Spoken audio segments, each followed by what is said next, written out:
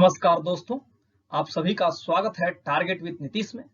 दोस्तों, आप बहुत दिनों से प्रतीक्षा कर रहे थे कि एमए पॉलिटिकल साइंस का कटअप कितना जाता है।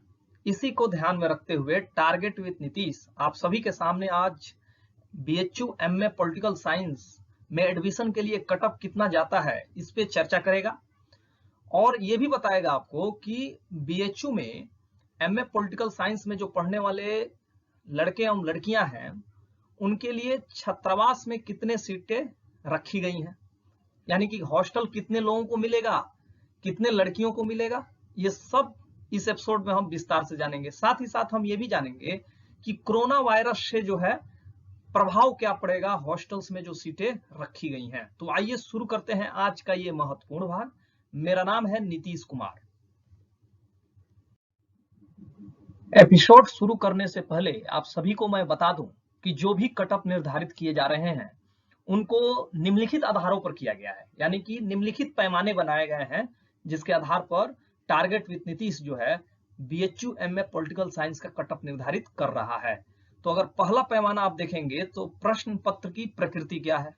प्रश्न पत्र की प्रकृति, प्रश्न पत्र की प्रकृति का यहाँ मतलब है कि प्रश्न जो आए थे क्वेश्चन पेपर में वह सरल थे या कठिन थे। इसका अनुमान कैसे लगता है? जो भी छात्र BHU MA political science entrance test में भाग लिए होते हैं उनके प्रतिक्रिया के आधार पर यह पता चलता है कि क्वेश्चन पेपर सरल था या कठिन था। साथ ही साथ जो पूर्व छात्र रहे हैं बीएचयू एमए पॉलिटिकल साइंस का उनके विश्लेषण के आधार पर भी यह पता चलता है कि सरल या कठिन। तो एक यह पैमाना बनाया गया है। दूसरा पैमाना यह है कि पिछले 4 वर्षों के पेपर से इस साल के पेपर की तुलना की गई है कि कितना कठिन था या कितना समानता रखता है। तीसरा जो पैमाना है एमए पॉलिटिकल साइंस एंट्रेंस 2018-19 के टॉपर से बातचीत की गई है। 2018-19 के टॉपर से बातचीत की गई है जो टॉप 10 में आए हैं। उन बच्चों से जो है उसमें से कुछ बच्चों को जो है हमने जो है कांटेक्ट किया है और उनसे बातचीत किया है। चौथा जो क्राइटेरिया है वो टारगेट विद नीतीश की जो टीम है वह विभिन्न जो पेपर हैं question papers political science MA political science का आता रहा है उन सभी का विश्लेषण के आधार पे जो है अपनी फीडबैक दी है। इस आधार पे जो है निर्धारित किया गया है। लेकिन आपको बता दें कि जो भी कटअप यहाँ निर्धारित किए जा रहे हैं कोई जरूरी नहीं है कि सेम जो है कटअप बीएचयू ही निर्धारित करे, क्योंकि बीएचयू जो है आधिकारिक निर्धारित करेगा और हम लोग जो है केवल अनुमानों के आधार पे जो है निर्धारित कर रहे हैं। तो हो सकता है कि जो कटअप टारगेट विद नीतीश के द्वारा आपको बताया जाए उससे 10 नंबर आगे या पीछे हो सकता है। तो इसको जो है आप ध्यान में रखिएगा। जब भी आप कटअप टारगेट विद नीतीश पर आप देख रहे हैं तो इस बात को जरूर ध्यान में रखिएगा कि टारगेट विद नीतीश द्वारा जो कटअप निर्धारित किया गया है उससे 10-15 नंबर आगे पीछे कटअप निर्धारित हो सकता है। तो आइए शुरू करते हैं। BHU MA political science cutoff 2020 admission cutoff 2020 क्या है? जनरल के लिए जो इस बार कटअप की संभावना है वह 210 से 220 मार्क्स रहने की संभावना है। यानी इसका मतलब यह हुआ कि 210-20 से जो लोग पार कर गए हैं यानी कि ज्यादा मार्क्स पाए हैं वो समझ लें कि उनका एडमिशन होने की पूरी संभावना है। लेकिन जो इसके पीछे रह गए हैं उनकी एडमिशन में थोड़ा संदेह है। वह जो है बीएचयू द्वारा जो ऑफिशियल कटअप जारी किया जाएगा तभी क्लियर हो पाएगा कि उनका एडमिशन हो पाएगा कि नहीं। इसी तरह ओबीसी की बात की जाए तो ओबीसी की जो है कटअप 180 से 190 के बीच जाने की संभावना है। और जिन प्रतिभागियों का मार्क्स एकदम कटअप के इक्वल आ रहा होगा, कटअप पे ही आ रहा होगा, उनको जो है हॉस्टल मिलने की संभावना कम है। इसके बारे में भी हम विस्तार से आगे चर्चा करेंगे आगे के स्लाइड्स में। टारगेट विद नीतीश पर आप बने रहिए। अगर एससी की कटअप की बात की जाए तो 150 से 160 जा सकता है। वहीं एसटी की जो कटअप मार्क्स है 140 से 150 जा सकता है। और पीडब्ल्यूडी पर्सन विथ डिसेबिलिटी जो है 130 से लेकर 140 जा सकता है। याद रखिएगा कि टारगेट विद नीतीश के द्वारा ये जो कटअप निर्धारित किया जा रहा है ये अंतिम नहीं है। कटअप जो है हो सकता है 230 भी जा सकता है या 200 भी हो सकता है जनरल के लिए, यानी कि 10-20 नंबर जो है आगे पीछे हो सकता है। इसी तरह ओबीसी में भी हो सकता है। SC में भी हो सकता है, ST में भी हो सकता है और PWD में हो सकता है। लेकिन जो कटअप आपको बताया जा रहा है, अगर इससे ज्यादा मार्क्स आप लाए हैं तो यकीन मानिए कि आपका एडमिशन हो सकता है, संभावना है। आइए अब देखते हैं कि BHU MA political science hostel कितने लोगों को मिलता है, कितने छात्रों को मिलता है। तो सबसे पहले हम छात्रों की बात करेंगे, उसके बाद जो है छात्राओं की बात करेंगे। तो MA छात्रों की बात की जाए तो बनारस हिंदू विश्वविद्यालय में MA राजनीति विज्ञान के छात्रों के लिए राजा राम मोहन राय छात्रावास आवंटित होता है। राजा राम मोहन राय छात्रावास आवंटित होता है, जिसमें कुल 40 छात्रों को हॉस्टल दिया जाता है। 40 छात्रों को हॉस्टल देने का मतलब क्या है, कुल 20 रूम जो है अलॉट किए जाते हैं और एक रूम में जो है 2 छात्र जो है एक साथ रहते हैं।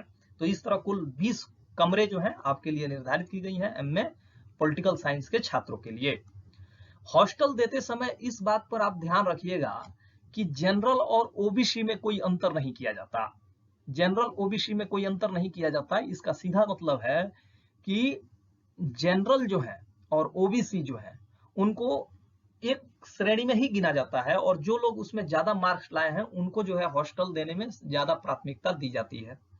मार्क्स के आधार पर छात्रावास का आवंटन किया जाता है। वहां पे ये नहीं सोचा जाता है कि OBC को 27% आरक्षण प्राप्त है तो उन्हें मिल जाए, बल्कि ये देखा जाए कि ऊपर से नीचे तक मार्क्स कौन अच्छा लाया है। जो ऊपर टॉप पे है उन टॉप 40 बच्चों को दिया जाता है, 40 बच्चों को नहीं।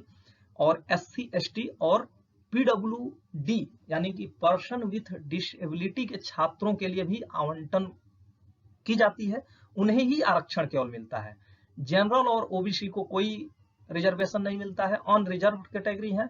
इनमें जो है जनरल, अगर सपोज डेट मान लीजिए 40 सीट है, 40 सीट में अगर 6 से 7 सीट अगर SC ST PWD के लिए निर्धारित करी गई है, तो जो शेष सीटें बचेंगी, मान लीजिए 33 सीटें बच रही हैं, तो 33 सीटें जो हैं वह जनरल और OBC में कोई भेदभाव नहीं होगा, उसमें जो ज्यादा मार्क्स लाया होगा उनको आवंटित कर दी जाएगी। तो आप समझ गए होंगे MA छात्रों के लिए जो है कौन सा छात्रावास आवंटित होता है। और जो MA छात्रों के लिए, जैसा कि आप विश्लेषण से समझ गए होंगे कि मार्क्स पर निर्भर करता है कि जो बच्चा सबसे टॉप कर रहा है उसके नीचे जो है कितने बच्चे आ रहे हैं, इस पे निर्भर करेगा कि किन्हें मिलेगा। इसलिए जो है एकदम एग्जैक्ट नहीं बताया जा सकता है कि किस मार्क्स से जो है ज्यादा लाने वाले को मिल सकता है। इसलिए जो है टारगेट विद नीतीश जो है किसी भी प्रकार का जो है इस पे डिस्कशन नहीं कर रहा है। आगे बढ़ते हैं, अब छात्राओं की बात करते हैं। अगर MA छात्राओं की बात की जाए तो बनारस हिंदू विश्वविद्यालय में MA राजनीतिक विज्ञान के छात्राओं के लिए गोमती या त्रिवेणी छात्रावास में व्यवस्था की जाती है। प्रथम वर्ष में कुल 9 छात्राओं को पिछले वर्ष जो है छात्रावास आवंटित किया गया था, यानी कि मान लीजिए 9 सीटें हैं उसमें। किंतु द्वितीय वर्ष में गंगा और त्रिवेणी छात्रावास में जब आवंटन होता है तो 10 छात्राओं को जगह दी जाती है। और छात्राओं में भी वही नियम लागू होता है जो छात्रों में लागू होता है। जैसे कि छात्रों में जो है जनरल OBC में कोई भेदभाव नहीं किया जाता, लेकिन SC ST और PWD होंगे उनको जो है आरक्षण दी जाती है। और हॉस्टल आवंटन के समय OBC और जनरल में कोई आरक्षण नहीं है। जो मार्क्स ज्यादा लाएगा OBC जनरल में उसी को जो है ज्यादा तरजीह दी जाएगी।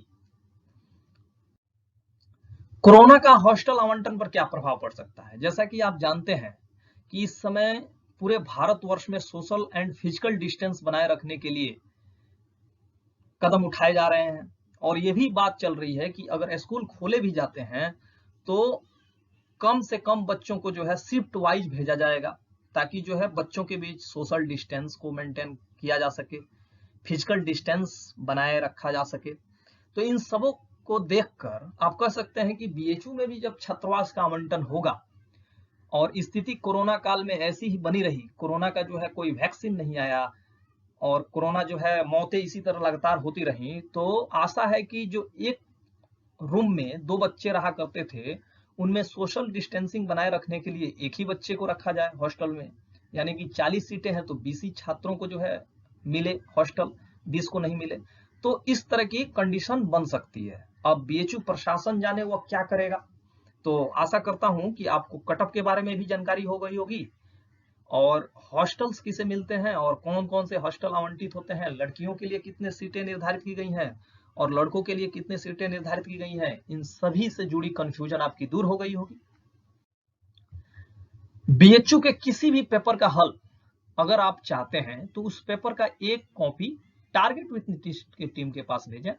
ईमेल है हमारा nitishkumar@gmail.com। तो दोस्तों ये रहा आज का महत्वपूर्ण भाग। आशा करता हूं कि इस एपिसोड के माध्यम से एमए पॉलिटिकल साइंस से जुड़ी जो भी जानकारी दी जा रही थी इसमें वो आपके लिए लाभान्वित होगी और आपके मन में जो कंफ्यूजन उठ रहे थे हॉस्टल आवंटन से संबंधित हो या कटअप को लेकर, उसके बारे में कुछ कंफ्यूजन दूर हो गए होंगे। इस एपिसोड से अपने दोस्त यानी नीतीश को दीजिए इजाजत। कल फिर मिलेंगे, तब तक के लिए सुविधा, नमस्कार।